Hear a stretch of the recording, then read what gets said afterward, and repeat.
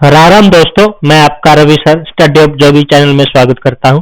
दोस्तों, आज हम इस वीडियो में बीए फर्स्ट ईयर के जो फर्स्ट सेमेस्टर हैं उसके कुछ इम्पोर्टेंट क्वेश्चन के बारे में बात करेंगे, जिनकी संभावना पूरी है कि वो एग्जाम में आएंगे।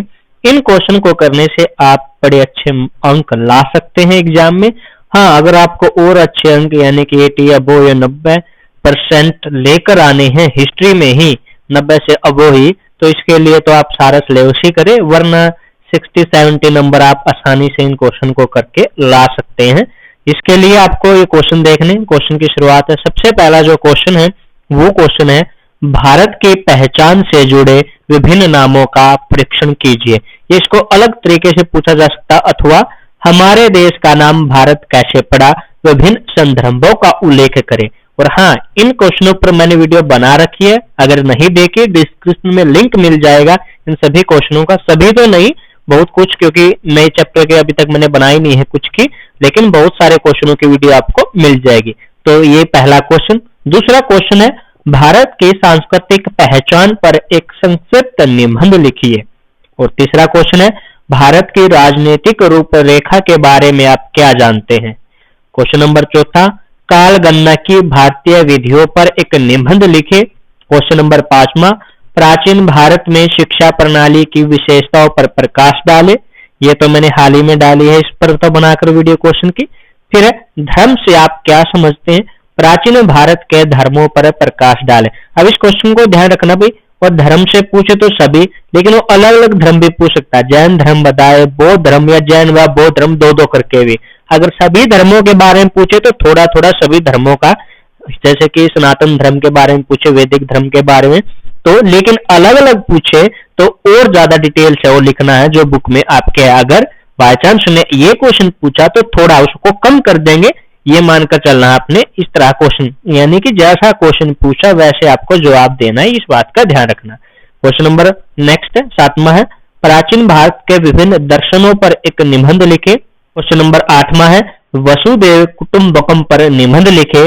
निबंध लिखने है तो सारा कुछ लिखना, या फिर ये ऐसे पूछा सकता है, वसुदेव कुटुंबकम का क्या अर्थ है, मानव परिवार समाज एवं विश्व के संदर्भ में इसकी आवश्यकता को रेखांकित करें। तो ये क्वेश्चन तो एक ही है पूरे चैप्टर में, तो इसको आप लिख देंगे। नेक्स्ट है, भारत की विभिन्न कलाओं की सामान्य विशेषताओं का संक्षेप में वर्णन करें। तो कलाओं के बारे में है, तो सारे कलाओं का आपको इसमें जिक्र करना है। जैसे कि कलाओं की बात करें तो आप मूर्तिकला, चित्रकला, वास्तुकला, ये सारी, अगर अलग अलग भी पूछ सकता है, ये भी ध्यान रखें कि वास्तुकला का बताना है तो वही बात होगी वास्तुकला का। जब अगर या चित्रकला का इस तरह पूछे दो का, तो ज्यादा डिटेल से लिखना, वरना कलाओं का लिखना है तो उसको थोड़ा कम कर देंगे जो बुक में है, और सभी कलाओं का थोड़ा थोड़ा करके हम वर्णन करेंगे, क्योंकि 14 नंबर का क्वेश्चन आना है आपका, ये ध्यान रखना। तो 14 नंबर के हिसाब से अगर बात करें पॉइंट की, तो कम से कम जो पॉइंट है आपको 8 से 9 पॉइंट कम से कम लिखने हैं, ये ध्यान रखना है। फिर नेक्स्ट है, भारतीय संस्कृति की मुख्य विशेषताओं का वर्णन कीजिए। नेक्स्ट है, प्राचीन भारत या हड़प्पा सभ्यता में विज्ञान और प्रौद्योगिकी के विकास पर संक्षिप्त निबंध लिखे।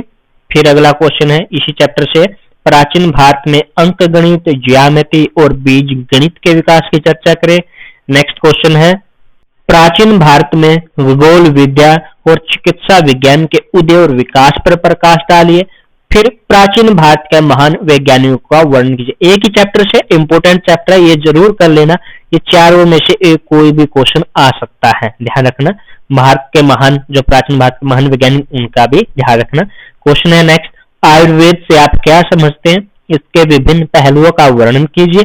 पहलू या फिर विशेषता एक ही बात है, आगे या में भी अथवा में भी लिखा, आयुर्वेद की मुख्य विशेषता का वर्णन, क्वेश्चन एक ही लिखना, इसका आंसर एक ही देना है आपको, यानी। फिर है, योग का अर्थ व परिभाषा क्या है। फिर अष्टांग योग का वर्णन कीजिए, बुक में मिलेगा ये, योग जब निकालोगे योग का अर्थ, परिभाषा और अष्टांग योग का वर्णन। फिर है, प्राकृतिक चिकित्सा किसे कहते हैं, इसके मुख्य सिद्धांत और प्रकारों का वर्णन कीजिए।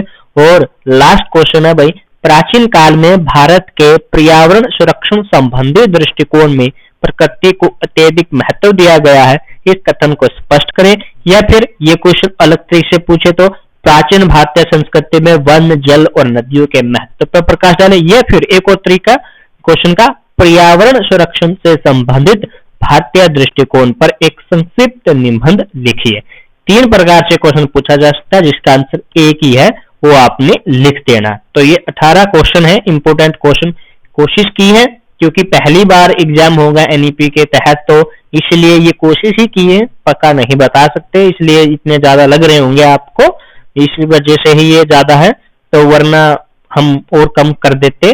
लेकिन आपको जिसको भी करना है ये 18 क्वेश्चन अच्छे से कर सकते हैं। एग्जाम आपको पता है केओके यूनिवर्सिटी का 27 जनवरी को है, इसीलिए आपके पास समय बहुत है, 3-3, 4-4 क्वेश्चन भी करोगे तो हो जाएगा। इसके अलावा आपको वन लाइनर भी क्वेश्चन पूछ सकता है, या एमसीक्यूज में कंफ्यूजन है क्या होगा तो वो आप अपनी बुक से करें। और मैप की वीडियो मैंने बना रखी है, और मैप की वीडियो भी आपको डिस्क्रिप्शन में मिल जाएगी, अगर नहीं देखी है तो वो भी आप देख लेना। और हाँ, कई कमेंट आ रही है कि हम उसकी जो आपको एक्सप्लेनेशन लिखनी है, कोशिश करूंगा मैं जल्दी उस पर भी, एक्सप्लेनेशन पर भी मैं वीडियो बना दूं। अगर वीडियो अच्छी लगी है तो वीडियो को लाइक, शेयर और कमेंट करें, और हाँ, चैनल पर नए हैं तो सब्सक्राइब जरूर करें। धन्यवाद।